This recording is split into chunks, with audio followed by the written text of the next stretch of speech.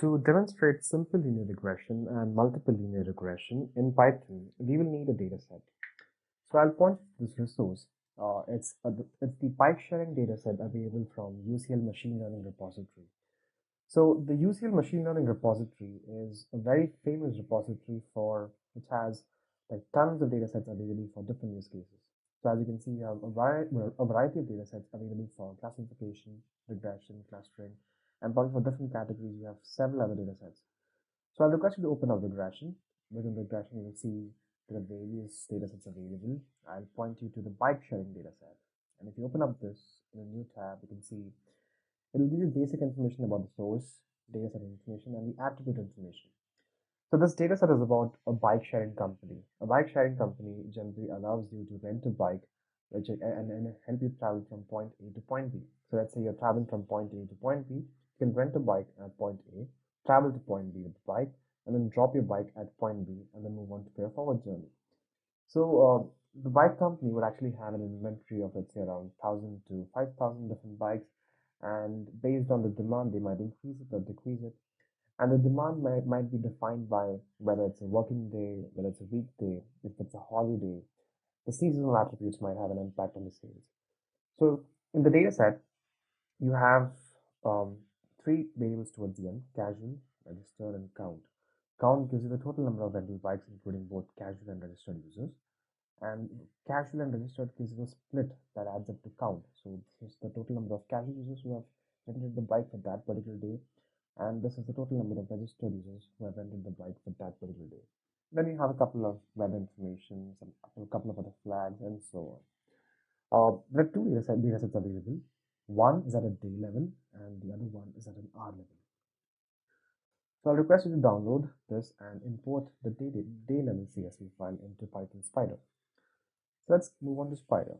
So I've already downloaded the dataset. So let's import a couple of important packages that we will need for this exercise.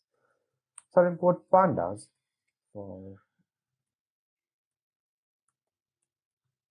we'll also import matplotlib because we might need some basic uh, visualization in this exercise.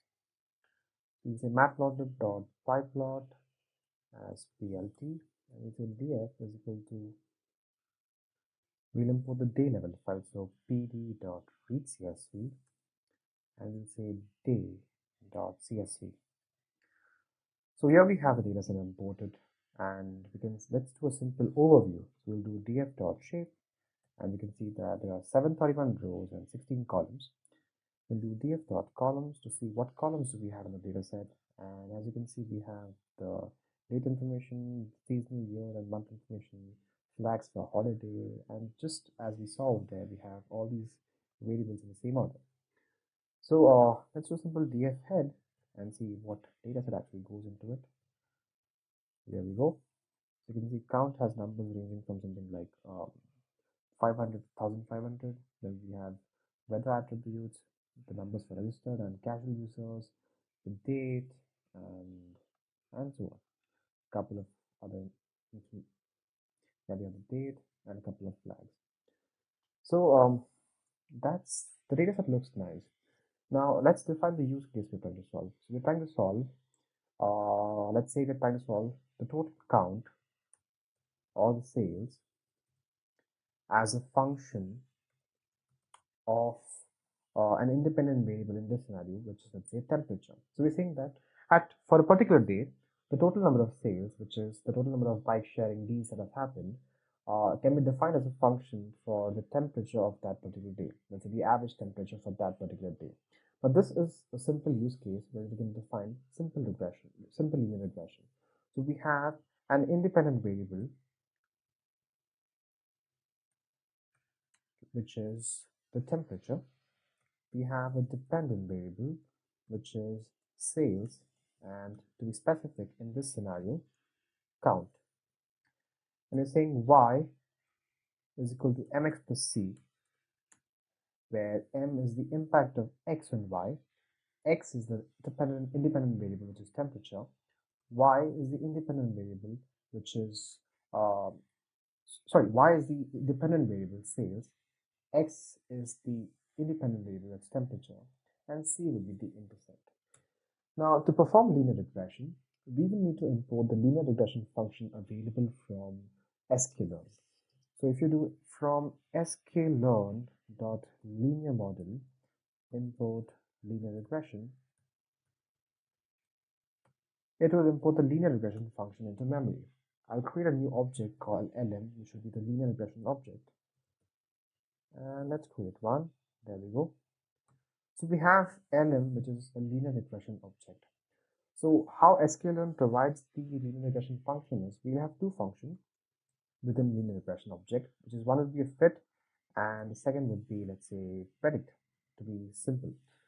Fit is a function where you can provide the x and y variables along with a couple of extra parameters, and then you can allow the linear regression model to fit the line. So it will technically find the best fit line that fits across all the points that you have provided.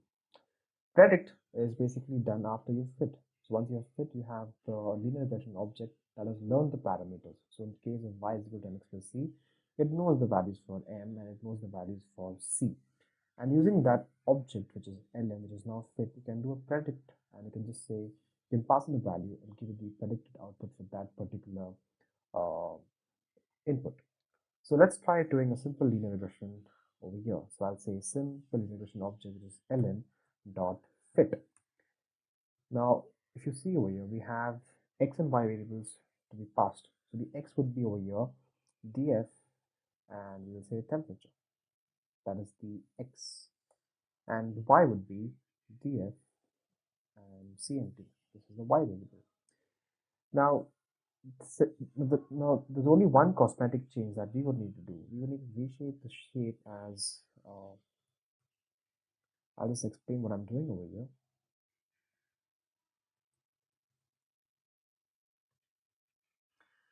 Now, if you pass just one column over here, the shape which goes into it is a little different. So let's say if you're doing df 10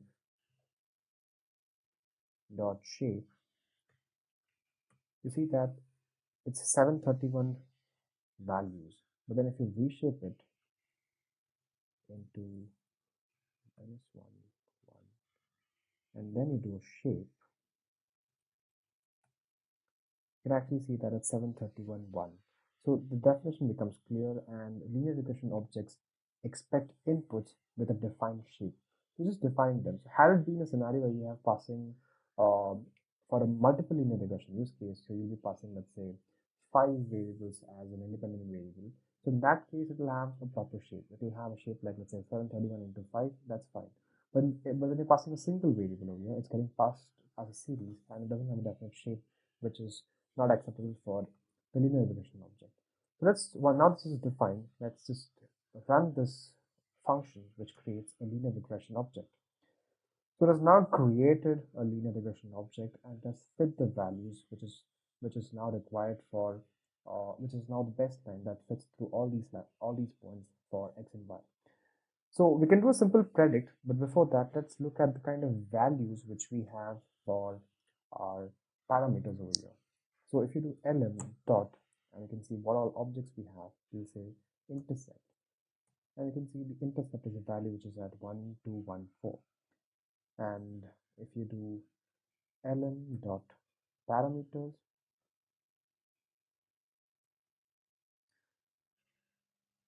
in fact, let's just call this simple predict function, and then we'll come back to this. So lm now has the equation. We'll just say let's pass the value of temperature as 0.45. What does it predict? It predicts that there are around 4,200 sales that is expected. And if you pass something like, let's say, 15, it's the sales expected is around 2,200. So it's kind of a linearly increasing trend. You can actually figure out that the line would be kind of an increasing line over here. Now, if you just do a simple plot to understand how does it look, so let's say you do plt dot scatter, and the first variable you pass is, let's say, the x1, which will be temperature, and then you pass df dot count. You kind of understand that this is an increasing trend. The line which would have been predicted as the best line would be somewhere like this, and it will have a slope and a definite intercept. And based on that intercepted line, we're getting this value for the predict function when you're passing the value of 0.15. Now, when we saw the intercept, we have the value for the c variable in this equation y is equal to mx plus c. Similarly, we can also do coefficients. We'll say mm dot coefficients, and we get the value for the coefficients. So in this scenario, we just have one simple value for the coefficient, which is m. That's 6640. So that's how the value for uh, the slope has been calculated. Now, if you just reformat this equation, we can write it as y is equal to 6640.7 into x plus c, and c would be 1214, as we can see over here, 1214. That's the intercept. So that's how the equation is getting constructed. And when you're calling the predict function on the ln linear regression object, and you're passing the x over here, it's fitting in this x into this equation where it already has m and c, and it is giving it respective y. So that's a very simple example to understand linear regression, simple linear regression, where you have one dependent variable and one independent variable. Now, if you make this example a little more extended one, where we have multiple independent variables and one dependent variable, that's the case for multiple linear regression. It's exactly the same. You just have one extra extension to it. We can create a linear regression object. So if you just redefine, let's open the columns again.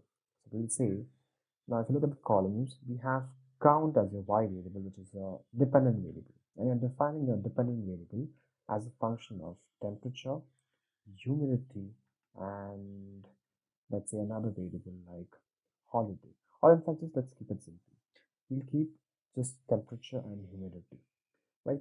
Now, what we do is we'll say we use the same function. Let's say ln dot fit, and we pass the x. X would be over here, a data frame, and in this data frame we pass two variables, two columns.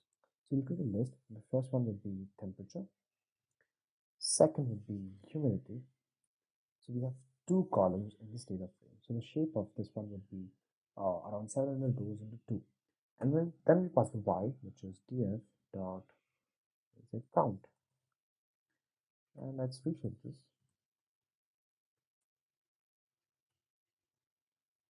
There we go. Now I will create a simple object where we have it. So we have linear regression model, which is fit with a simple equation that predicts count as a function of temperature and humidity. And now if you repeat the same process, let's have a look at what values do we have over here. So we have lm of intercept as 2657, and the coefficient as we have two coefficients. So we have one for temperature and one for humidity. So as you can see, this is a negative value, which means that we have a negative impact from humidity. So we will do the same scatter plot with humidity. Let's have a look at that. Now, instead of temperature, let's pass humidity.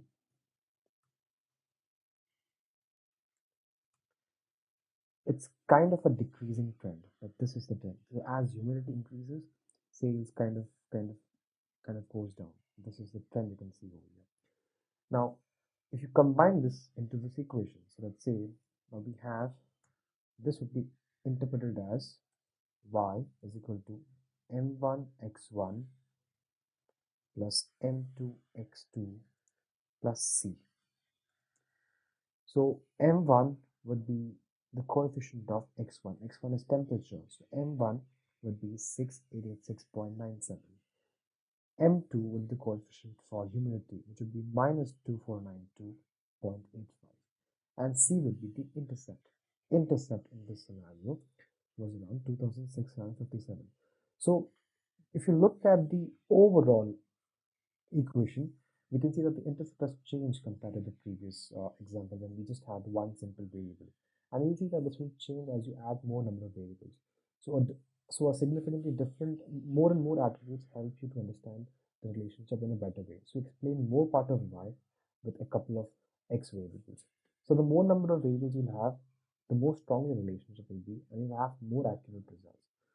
So this is the new equation where we have y as a function of x1 and x2. Now, if you do the same predict function, so let's say we can just take a few values from here. So let's say we have, just to get an idea of how it looks like, we say ahead of this one, the two columns are Regression, and we can see that approximately we have humidity from 0 to 1 is a normalized value, and the same is the case for temperature. So we'll pass a simple uh, value over here as an array.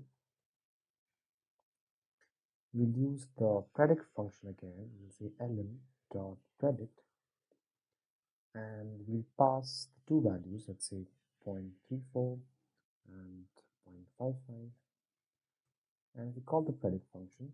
It'll use the equation and give you the output that around 3628.39 sales are expected for this situation. So this is an example for multiple linear regression. Now, just for a recap, we've looked into supervised machine learning algorithms, then we talked about regression. We've understood what is regression. Regression is a technique that determines the relationship between one or more independent variables and a dependent variable.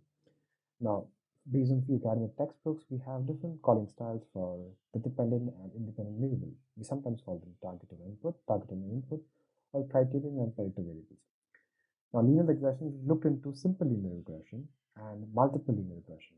The difference between them is simple linear regression will have only one independent variable, and multiple linear regression will have two or more independent variables.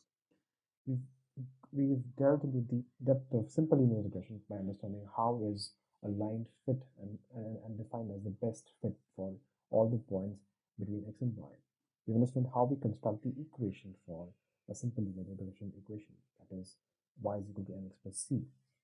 We looked into little extra details that why can't we just use correlation and what is the best way to find the best fit line. Now we moved on to understand multiple linear regression, and we can just extend simple linear regression to include several other independent attributes and create a simple equation as y is equal to m0 plus m1x1 and so on up to mnxn, where n is the total number of independent variables. And each of these, m1, m2, is the individual impact of the variables corresponding to x1, x2, and so on. And then finally, we looked into a simple Python-based demonstration to understand simple linear regression and multiple linear regression by leveraging the bike-sharing dataset available from UCL Machine Learning Repository. Let's move on to the next topic, and that is supervised machine learning for classification.